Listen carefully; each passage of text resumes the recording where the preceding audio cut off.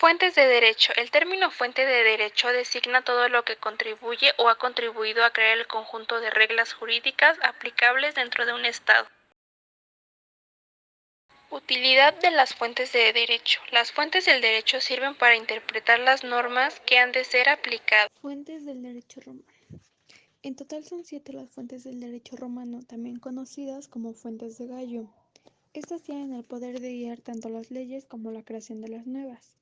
Se puede clasificar en dos tipos, fuentes directas y fuentes indirectas. Las fuentes directas son las fuentes del derecho que se encuentran plasmadas en el acto jurídico, en las cuales existe gran influencia en la creación de normas jurídicas. La ley, o lex, es la fuente que proviene del pueblo romano.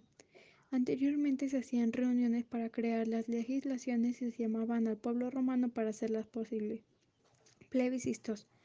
Para crearlos era igual que para una lex, se convocaba al pueblo dándole participación en la toma de decisión mediante el voto popular. Constituciones imperiales. Son aquellas decisiones que llevaban a cabo los emperadores. Respuestas de los prudentes. Eran las respuestas del jurado que por alguna razón u otra eran tomadas por obligación por parte del juez. Los edictos correspondían a los mandatos con rango de decreto que eran llevados a cabo por la máxima autoridad del imperio. Senado consultos era la norma que se daba en el Senado del Imperio Romano, en la que se tomaban decisiones en base a las opiniones y consultas de un grupo determinado. Las fuentes indirectas son las fuentes que no son necesarias para la creación de una norma jurídica, pero igualmente se encuentran dentro. La única fuente indirecta en el derecho romano era la costumbre. La costumbre como fuente romana del derecho se utilizaba para crear y derogar a raíz de la falta de uso de alguna normativa. Las fuentes formales del derecho en la actualidad. En la actualidad se entiende que las fuentes formales del derecho son la costumbre, la jurisprudencia, la doctrina jurídica, el acto jurídico, el acto corporativo y la sentencia de tutela debidamente ejecutoriada. Las fuentes formales del derecho son textos y documentos en los que se recopilan las leyes o conceptos relacionados con estas. Son la legislación, que son leyes que se encuentran escritas en textos legislativos como por ejemplo en la constitución de un país, los reglamentos o las ordenanzas. A este tipo de fuentes también se le conoce como fuente directa o fuente acto, ya que se refiere a las normas jurídicas que contienen la ley en sí mismas y que son de carácter primario. Costumbres. Se trata de la fuente formal más antigua. Se le conoce como fuente hecho pues establece cuando una regla o normativa se considera costumbre social. Es de carácter cultural y conlleva una serie de conductas que son jurídicamente obligatorias. Jurisprudencia. Es la interpretación de las leyes que realiza el juez en casos donde las leyes primarias no se resuelven de manera clara los asuntos discutidos. Es establecida por el Tribunal Supremo y se le conoce también como fuente indirecta que por sí mismas no crean el derecho pero ayuda a interpretar y explicar una ley. Y doctrina. Son las interpretaciones u opiniones que hacen los juristas sobre las leyes para aclarar de manera teórica las interpretaciones de ciertas normas y sus aplicaciones. Igualmente se considera una fuente indirecta. La costumbre, también denominada ius non scriptum, es considerada la fuente de derecho más antigua. Se le atribuye un carácter posteriormente de amplio conjunto de este tipo de normas consuetudinarias de naturaleza jurídica religiosa. Es la primera fuente del derecho y Roma fundadora de las 12 tablas. Era un derecho estricto.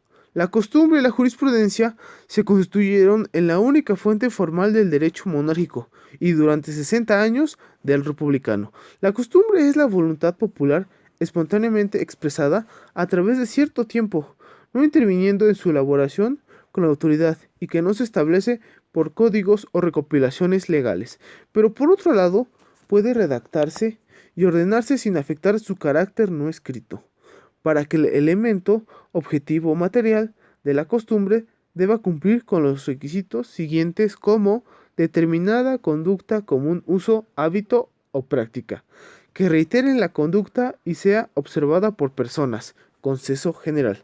La reiteración por el largo periodo del tiempo, costumbre de los antepasados de vieja data, inventaradosa, antiguas. El tiempo es un factor muy determinante. La reiteración del hábito siendo constante y no interrumpida por la conducta contraria.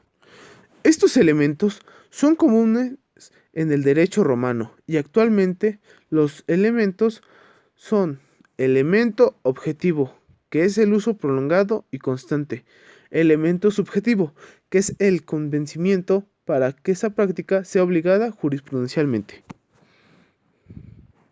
Ley de citas. La Ley de citas de 426 es una norma que regulaba la recitatio de las obras de los juristas romanos ante los tribunales, es decir, estableciendo que juristas podían ser invocados y los criterios opinados y expresados en opiniones diversas. Podían citar las obras de 5 maestros como referencia de autoridad: Papiniano, Gallo, Ulpiano, Paulo y Modestino. Ellos eran el jurado de difuntos y su opinión era irrefutable. Es más, de ser las opiniones de los juristas fuesen coincidentes, estas obligaban al juez, quien debía decidir la cuestión conforme a ellas. Si las opiniones no coincidían, debían adaptar la mayoría y en casos de un empate debían inclinarse por la opinión de Papiano. Su importancia residía ya que ellos influenciaron en opiniones, dictámenes o sentencias que tuvieron la construcción del llamado derecho romano. Y así fue hasta que fue derogada por Justiano, que en su digesto no estableció preeminencia en algunos entre los juristas.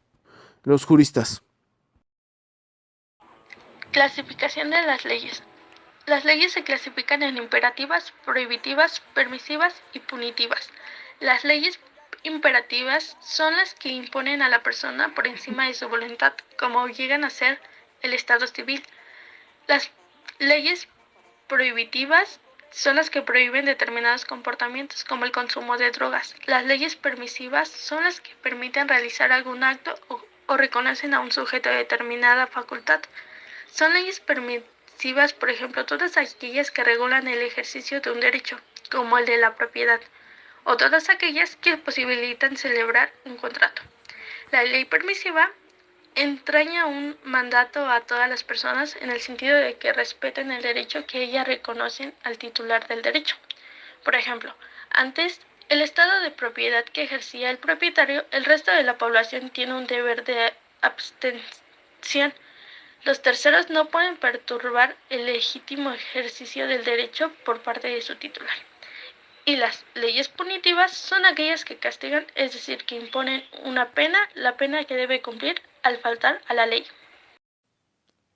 El Senado consultó. Al final de la República, el Senado empezó a dictar normas para reglamentar diversas situaciones, sobre todo de carácter administrativo. El Senado consulto es lo que el Senado ordena y establece, pues cuando el pueblo romano se hizo tan numeroso que vino a ser difícil unirlo en masa para votar las leyes, pareció conveniente consultar al Senado en lugar del pueblo. La evolución del Senado consulto se da en 3. 1. Monarquía. Eran convocados por el rey. Las decisiones y opiniones del Senado eran meramente consultivas. 2. República. Eran convocados por un magistrado. En esta época tuvieron una mayor importancia y era muy extraño que el magistrado obrara en sentido contrario a lo que el Senado votara. Y 3. Imperio. Eran designados por el príncipe. En esta época tuvieron un poder mucho más importante. Adquieren fuerza de ley, pero estaban totalmente controlados por el emperador. Edicto es el mandato o decreto publicado con la autoridad de un magistrado. Cada edicto era publicado a la vista de los ciudadanos y constaba de 3 partes: una introducción, una parte central y un apéndice. Entre estos, los únicos que hay que tener en cuenta en el estudio de las fuentes del derecho privado son aquellos que emanan de los magistrados encargados de la jurisdicción civil. En la antigua Roma, los pretores eran los principales emisores de los edictos. El pretor es un magistrado que se encargaba de administrar justicia. Al iniciar su mandato, los magistrados emitían un edicto para informar cómo iban a desarrollar su tarea. Constituciones imperiales. De manera genérica se llamó así a los actos del príncipe, pero solo en el caso de que adquirieran carácter normativo y eficacia general de una manera consuetudinaria. Eran actos más políticos que jurídicos, tales como el prestigio y la supremacía que asumía el príncipe en la vida pública. Para la decadencia del imperio, las constituciones imperiales se constituyeron casi la única fuente de derecho. Gallo enseña que las constituciones imperiales hacían las veces de leyes. Ulpiano hace saber que lo que el príncipe decía tenía fuerza de ley, y las constituciones podían ser emitidas por el emperador a través de 1. Edicto, disposiciones generales análogas a los edictos de los magistrados. 2. Mandato, instituciones dadas por el emperador a sus funcionarios. 3. Decreto, decisiones judiciales por el emperador como magistrado supremo en un juicio entre particulares. Y 4. Descripto, respuestas del emperador a un funcionario sobre una cuestión de derecho.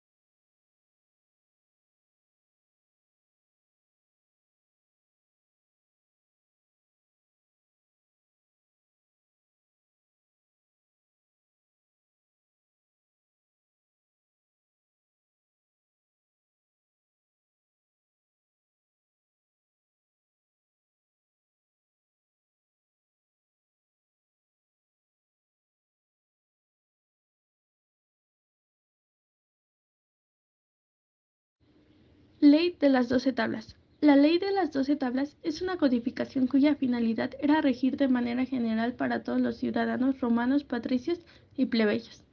Estas leyes fueron aprobadas por los comicios. Como se consideraban incompletas, después se le añadieron otras 2 tablas reglamentarias, adquiriendo su fisonomía definitiva. Su contenido quedó distribuido de la siguiente manera. Tabla 1 y 2 trata sobre la organización y el procedimiento judicial. Tabla 3 acerca de los deudores insolventes. Tabla 4 sobre la patria potestal. Tabla 5 la tutela y la curatela. Tabla 6 sobre la propiedad. Tabla 7 acerca de la servidumbre. Tabla 8 derecho penal. Tabla 9 referida al derecho público y a las relaciones con enemigos. Tabla 10 derecho sagrado. Tabla 11 y 12 constituye el complemento de las anteriores. La ley de citas. La ley de citas de 426 es una norma que regulaba la recitatio de las obras de los juristas romanos ante los tribunales, es decir, estableciendo que los juristas podían ser invocados y los criterios opinados y expresados en opiniones diversas. Podían citar las obras de 5 maestros como referencia de autoridad: Papiniano, Gallo, Ulpiano, Paulo y Modestiano. Ellos eran el jurado difunto, y su opinión era irrefutable. Es más, de ser las opiniones de los juristas fuesen coincidentes, estos obligaban al juez quien decía decir la cuestión conforme a ellas. Si las opiniones no coincidían, debían adoptar la materia, y en caso de un empate, debían inclinarse por la opinión de Papiniano. Su importancia residió ya que ellos influenciaron en opiniones, dictámenes o sentencias que tuvieron la construcción del llamado derecho romano, y así fue hasta que fue derogada por Justiano, que en su digesto no estableció presencia alguna entre los juristas. Yo les voy a hablar sobre la ley y el plebiscito. Y vamos a empezar con la ley. ¿Qué es la ley? La ley es la manifestación de voluntad de un pueblo políticamente organizado y cuyos mandatos son obligatorios para todo aquel que habite el pueblo. Por la ley se entiende a la norma escrita por carácter general, que es emanada por un parlamento. En la época de la República y en los inicios del Principado, las leyes eran en Roma fundamentalmente populares. Esto era porque el pueblo las creaba votándolas, pero esto se votaba en las asambleas y todo esto a propuesta del cónsul, pretor o dictador. Ahora bien, vamos a pasar a los plebiscitos. Esa palabra de plebiscitos viene del derivado latín, que sería plebiscita. Esto es una fuente formal del derecho romano, de los escritos de Gallo, que se refiere o hace referencia a que el plebiscito era una decisión tomada por el plebe solo y exclusivamente para asuntos de su incumbencia. No es un acto del Estado ni tampoco es un acto del pueblo, más bien es una parte del mismo, que vendrían siendo los plebeyos.